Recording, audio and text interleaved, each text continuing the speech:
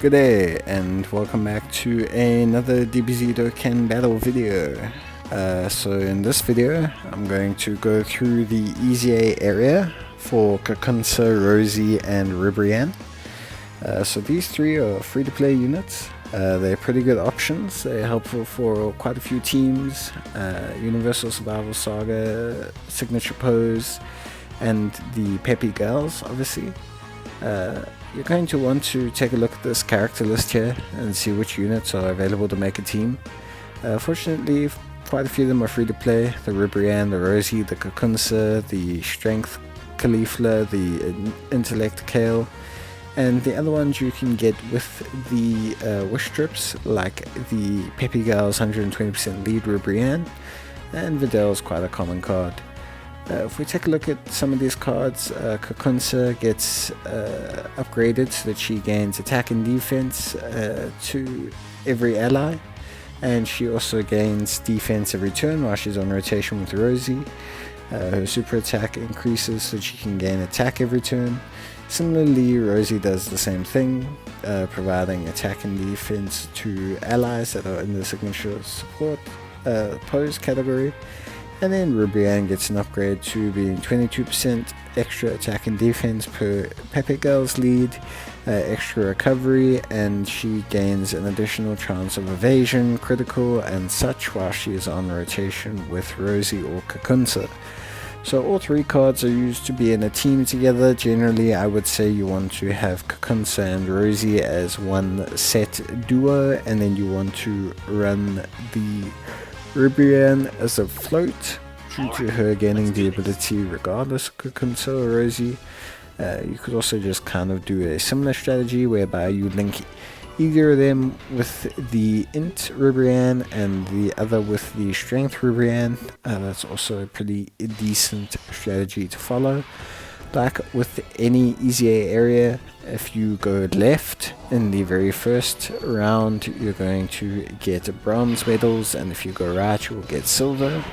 In the second, the 25 stamina Z hard stage, you will get gold medals if you go to the left, and you will get the rainbow medals if you go to the right. None of the choices matter, so going for rainbow medals doesn't decide that the enemy is harder. The stage is preset once you're in it, so just feel free to go for whatever. If you see a question mark, obviously you're going to want to pick it up. Generally the strategy is to do 2 of each side first, so that if you get a question mark in your last run, you can adjust and save some of the stamina and do it a little bit faster. In terms of the entire difficulty of the stage, it's not entirely too difficult. The fact that you have to have the 3 free-to-play units means you're going to want to level them simultaneously.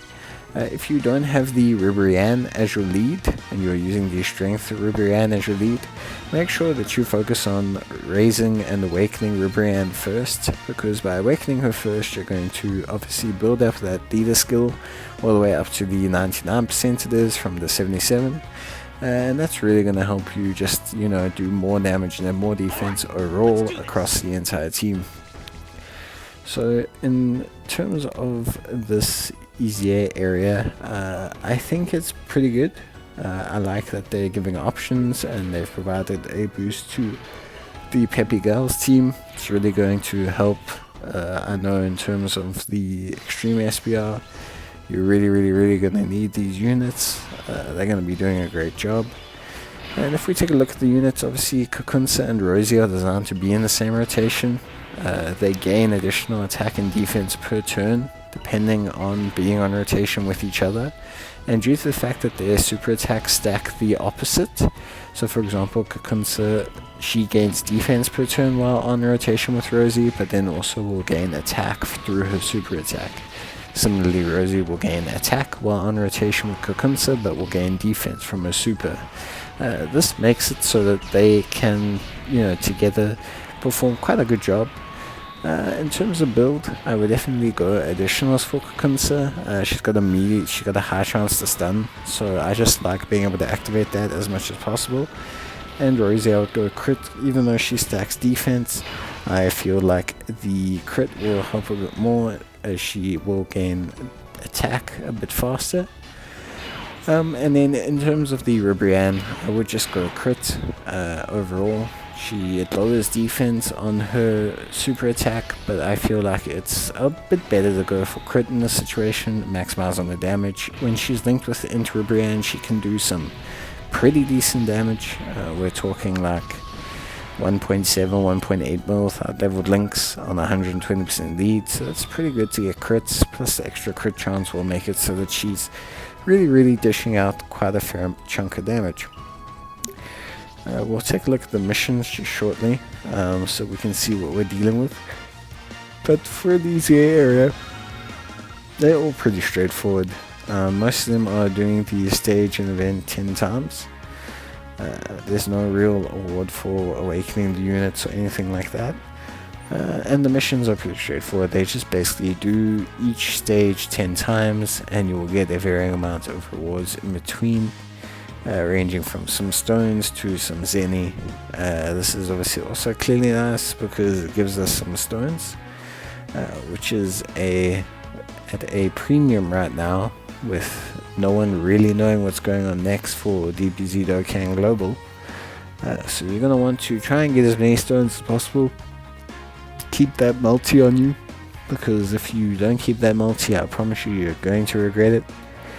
But yeah, overall, definitely an EZA, I think, was much needed, especially for the Rubrianne card. I think now that she is a very acceptable linking partner to the Rubrianne, it's much healthier for the state of the teams and much healthier for the state of the game.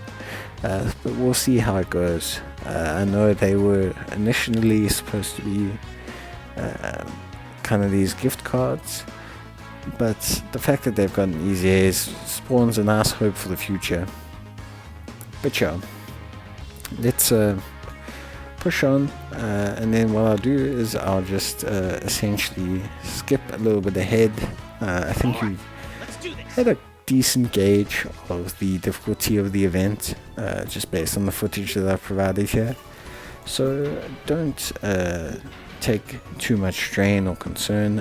It's definitely doable with the free-to-play options that you have. You just may have to invest some orbs, and more importantly, take it a little bit slower and make sure that you're awakening and upgrading the units as you go along.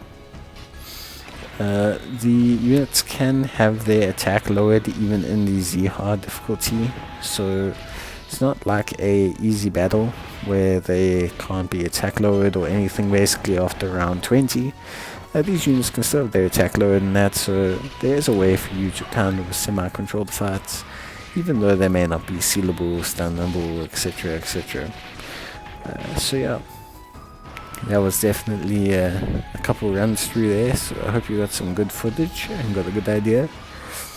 And then the next clip that I will cut to will just be me going through the stages a bit more and then just talking about the units.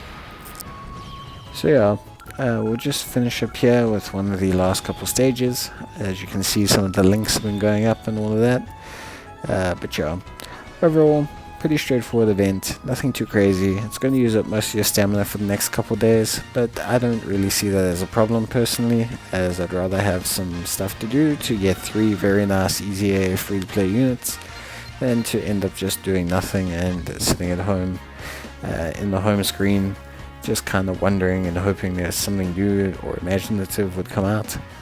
But yeah, we'll take a final look now, just a quick glimpse overview of the units again.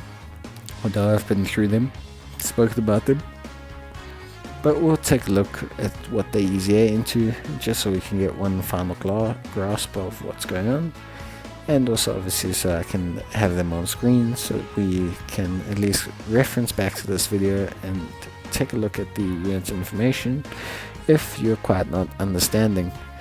So the first one we'll take a look at is Kakunsa. She's pretty good. As you can see, she's attack and defense plus 80%, special pose category buff.